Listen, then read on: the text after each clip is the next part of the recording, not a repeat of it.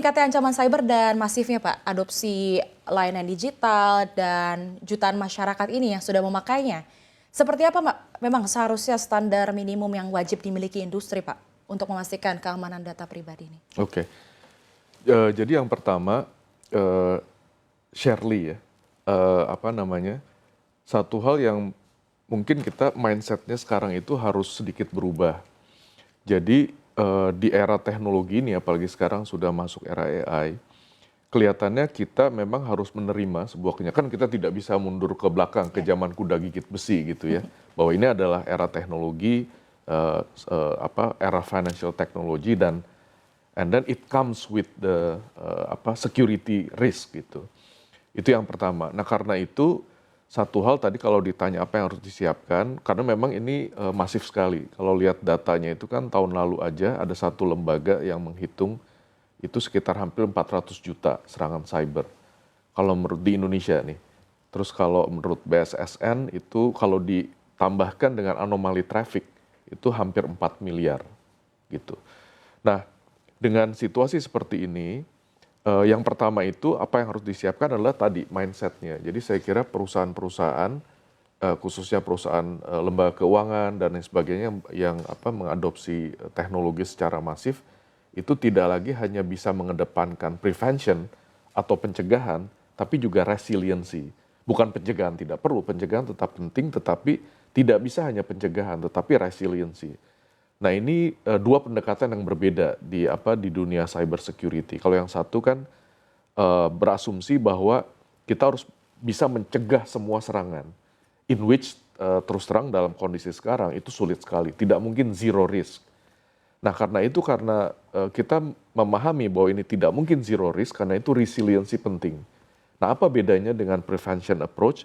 Kalau resiliency risk itu dia mindset utamanya adalah kalau ada serangan, and then bagaimana kita merespon, bagaimana kita bisa recover, bagaimana kita bisa memprotek dana nasabah, data nasabah gitu.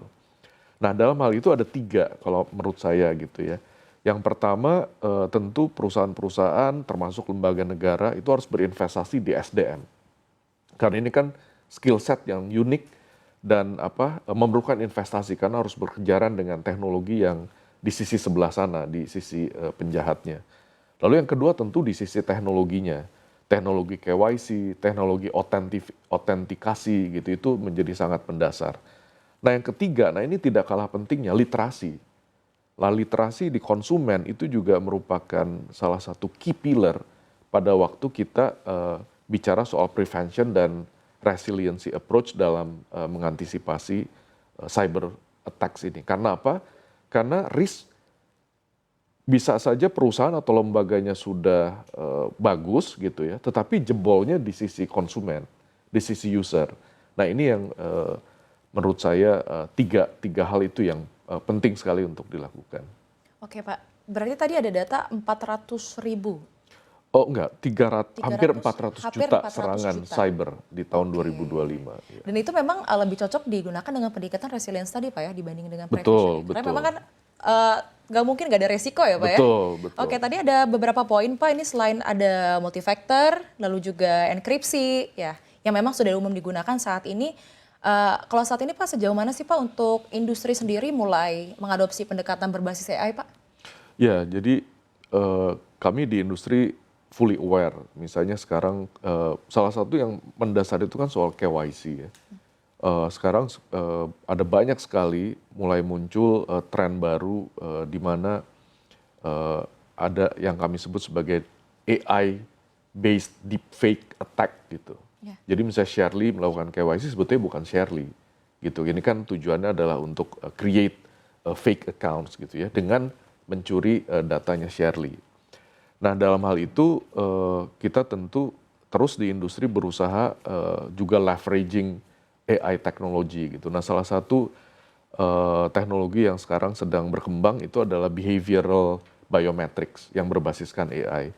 Jadi itu kita bisa, ini teknologi terbaru yang penting untuk bisa mengidentifikasi misalnya ternyata device-nya atau account-nya Shirley di take over oleh fraudster. Nah teknologi ini bisa memungkinkan kita bisa melihat loh ini kok kelihatannya polanya, pola transaksinya, pola penggunaannya, pola Mencurigakan. behaviornya mencurigakan atau tidak sesuai dengan yang Shirley biasa lakukan. Nah, itu akan mengirimkan alert ke sistem. Nah, lalu kedua ya kita tahu sekarang berkembang passkey gitu ya, bukan lagi cuma password. Nah, ini saya kira teknologi-teknologi terbaru yang memang perlu segera di-adopt bukan hanya oleh private sectors tapi juga oleh pemerintah. Oke, tapi dengan adanya itu tuh justru membantu atau memang menambah resiko baru sih Pak sebenarnya? Oh, ini membantu ya, membantu karena apa namanya, misalnya teknologi passkey dengan password kan passkey saya kira akan jauh lebih sulit untuk di hack gitu ya. Karena ya password kan kadang-kadang kita lupa atau kadang-kadang kita bikin password berulang yang sama gitu. Jadi kalau satu password kita di satu platform jebol, lalu yang lain jebol juga gitu. Nah kalau passkey kan resiko-resiko itu dikurangi. Password biasanya juga karena tadi kan disebut two factor authentication, itu kan tentu berkaitan dengan adanya token sebagai 2FA-nya. Nah ada banyak kasus sekarang misalnya, tentu kita jangan sebut nama brandnya, saya beberapa kali tuh, saya terima SMS gitu, dari lembaga keuangan yang memang betulan, Yang berlisensi yang nomornya juga betulan, dari nomor SMS resmi dari lembaga yang tersebut yang dimaksud. Nah tetapi ternyata ini scam, ini fraud gitu. Nah karena itu bisa di-intercept kan di tengah gitu. Jadi ini yang coba diatasi dengan teknologi terbaru autentikasi seperti passkey ini. Oke, jadi memang passkey ini saat ini yang paling terbaru lah ya Pak ya? Ya betul. Oke, tapi memang benar Pak SMS-SMS dari lembaga-lembaga yang Betul. original, yang asli gitu. Tapi Betul. oh bisa tembus juga ternyata Iya, seperti itu. iya, Memang iya. akun kita akhirnya di take over sama orang dong Pak, seperti itu? Tergantung ya, kalau misalnya apa, makanya tadi literasi menjadi penting bahwa di zaman sekarang kita tidak boleh gitu sembarangan klik link ya kan, sembarangan apa namanya QR kita scan karena QR juga sekarang udah dijadikan model untuk phishing gitu. Sebetulnya asal kita aware gitu, nggak akan terjadi juga sih Dan kalau bisa account jangan takeover itu. gunakan password yang sama ya Pak ya di Betul, setiap betul. Dan aplikasi itu jangan karena cuma tanggal berbahaya. lahir gitu kan.